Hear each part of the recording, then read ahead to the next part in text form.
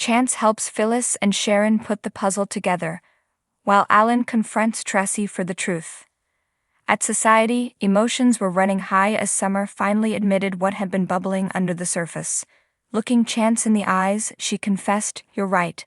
I am jealous of Claire." She tried to brush it off as something she should be mature enough to handle, but the truth was, it stung every time she saw Claire with Harrison.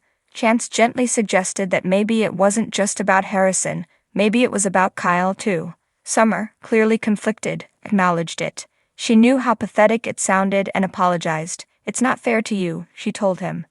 Chance appreciated her honesty, but the cracks in their relationship were beginning to show. "Where do we go from here?" he asked, genuinely unsure. She admitted she hadn't been processing her emotions, just bottling them up. She asked Chance if he ever felt something similar seeing Abby with Devin and Dominic.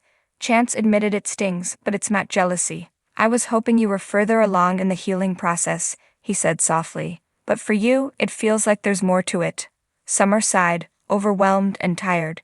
She insisted she needed more time to sort through her feelings, but Chance wasn't buying it. "It's been a while now," he reminded her. "I can't keep going on like this." He needed clarity, some sign that they had a future.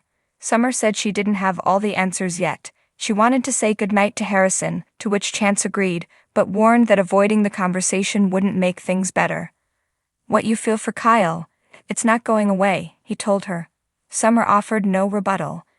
As he stepped away to take a call related to her mother's case, she quietly slipped out, leaving more questions than answers. Meanwhile, over at Sharon's place, the trio of Sharon, Nick, and Phyllis were grappling with their own mystery. Phyllis voiced her hesitation about leaving town just as they were getting closer to unmasking the person who nearly ended their lives. "I could just text updates from London," she mused, but quickly followed it up with concern. "London's only a quick train ride to Paris. What if the danger followed them?" Nick agreed. There was too much at stake. Sharon also voted to postpone the trip. "When this is over, we'll do it right. A real family vacation," she promised. Phyllis felt they were on the verge of something big. Sharon nodded solemnly. "Whoever did this will face justice," she vowed. That's when Phyllis brought up a bold idea. What if they found him themselves? The suspect? Alan Laurent. Sharon was taken aback. "Alan, really?" She found it far-fetched. He'd seemed so kind, so professional.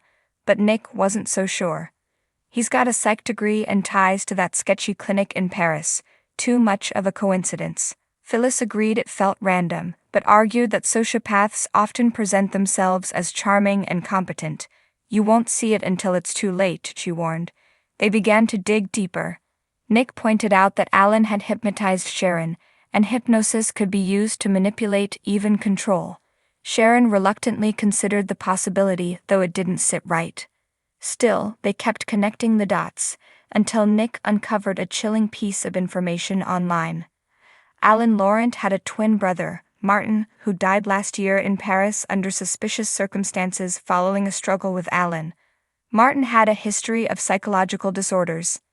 The discovery cast Alan in a whole new light. If Martin had struggled with serious mental issues, could Alan have hidden some of his own beneath a polished exterior?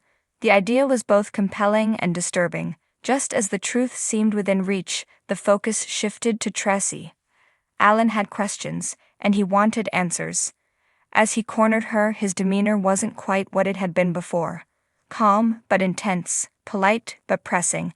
What exactly did Traci know, and what had been kept from him all this time? The mystery deepened, and the danger drew closer.